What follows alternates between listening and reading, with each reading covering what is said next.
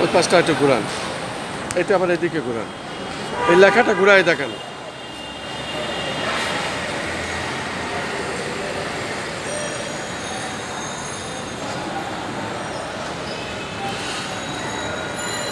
শুধু দর্শক মণ্ডলী, আমরা মোহাম্মদ সাইফুল ইসলাম স্বপনের 4 পর্ব সাক্ষাৎ আমরা গ্রহণ করছি এবং স্থান জাতীয় প্রেস ক্লাব, রাজধানী ঢাকা।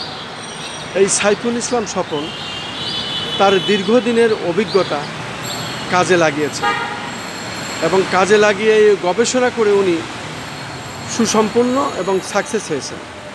তার সুফল দেশ ও জাতির দৌড় গড়ে উনি পৌঁছে দিতে চান, যে কারণেই উনি মাননীয় প্রধানমন্ত্রীর দৃষ্টি আকর্ষণ করেছেন। একটি ছোট্ট ব্যানার রিফ্লেক্ট সহকারে, ফেস্টন সহকারে উনি জাতীয় প্রেস ক্লাবের সামনে এসেছেন এবং আমাদের ধারাবাহিকভাবে বর্ণনা দিচ্ছেন। বলুন আপনি 4 পর্বের বিষয়টি। আমি মোহাম্মদ সাইফুল ইসলাম, আমি একটি এনজিও পরিচালনা করি। এনজিওটার রেজিস্ট্রেশন 1986 সালে, বাংলাদেশের প্রথম সারির একটা এনজিও রেজিস্ট্রেশন, এবং আমি কন্ট্রাক্টরি করি। বাংলাদেশ আর্মির কিছু কাজ করেছি, এখন বেশ কিছু মাল্টিন্যাশনাল কোম্পানিতে ইঞ্জিনিয়ারিং কাজ করি। আমি দীর্ঘদিন গবেষণা করে একটি প্রকল্প তৈরি করেছি, যে প্রকল্পটা 5টা স্তরে কাজ করে। সর্বনিচের যে স্তরটা, এই নিচের স্তরে পার স্কোয়ার ফিটে প্রায় 30 কেজি মাছ উৎপন্ন হবে, এবং তার উপরে 2 ফিট যেটা পানির নিচে থাকবে, সেটা পার স্কোয়ার ফিটে 12 থেকে 14 পিস মুক্তা তৈরি হবে, অর্থাৎ ঝিনুক চাষ হবে, ঝিনুক থেকে মুক্তা হবে।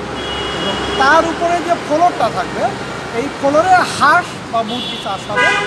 হাঁসের মাংস প্রতি বছরে 4 কেজি প্রায় পাবো।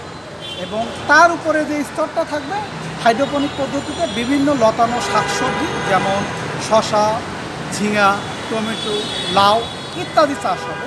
সেটা পার স্কোয়ার ফিটে বাৎসরিক সর্বনিম্ন 5 থেকে 6 কেজি পাবে। এবং এর যে উপরে ছাদটা হবে, এর উপরে ছাদটা টোটালটা সৌর প্যানেল হবে। সৌর প্যানেল আমরা সবাই জানি যে পার স্কোয়ার ফিটে 12 থেকে 15 ওয়াট ডিসি বিদ্যুৎ পাওয়া যায়। এই ডিসি বিদ্যুৎটা আমরা যদি এসিতে কনভার্ট করি, অর্থাৎ একটা ডিসি মোটরের মাধ্যমে একটা এসি জেনারেটর ঘুরে আমরা যদি বিদ্যুৎ উৎপন্ন করি, তাহলে পার স্কোয়ার ফিটে প্রায় 40 থেকে 50 ওয়াট এসি বিদ্যুৎ পায়। আমাদের দেশে ভূমির স্বল্পতার কারণে সৌর প্যানেল ব্যবহার করা যাচ্ছে না।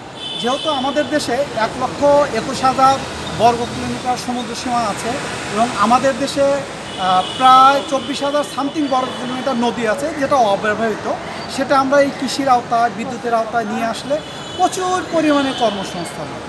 এবং এখানে যে মাছটা চাষ করব, এখানে যে মুরগি বা হাঁস চাষ করব, সেটার খাদ্য যোগান হবে আমার দেশে যে সিটি কর্পোরেশন আছে, ঢাকা, নারায়ণগঞ্জ, বগুড়া, পাবনা ইত্যাদি, সেখানে যে ফুডের ময়লা, এই ময়লাগুলো থেকে প্রকল্প, এমন একটি প্রকল্প তৈরি করেছি যে প্রকল্পে আমি ব্ল্যাক সোলজার চাষ করেছি। এই ব্ল্যাক সোলজার এই ময়লাগুলো খাবে। এই ময়লাগুলো খাইলে 3 কেজি ময়লা থেকে 1 কেজি লার্ভা পাবে, যেটা 100% অর্গানিক, বিজ্ঞানসম্মত। এই লার্ভা দেশে আরও অনেকে চাষ করছে। এই লার্ভাটা মাছ এবং মুরগি খাবে বা হাঁস খাবে। আর এর যে ওয়েস্টেজ যেটা থাকবে, সেটা হচ্ছে রাসায়নিক সারের পরিবর্তে জৈব সার হিসেবে ব্যবহার হবে।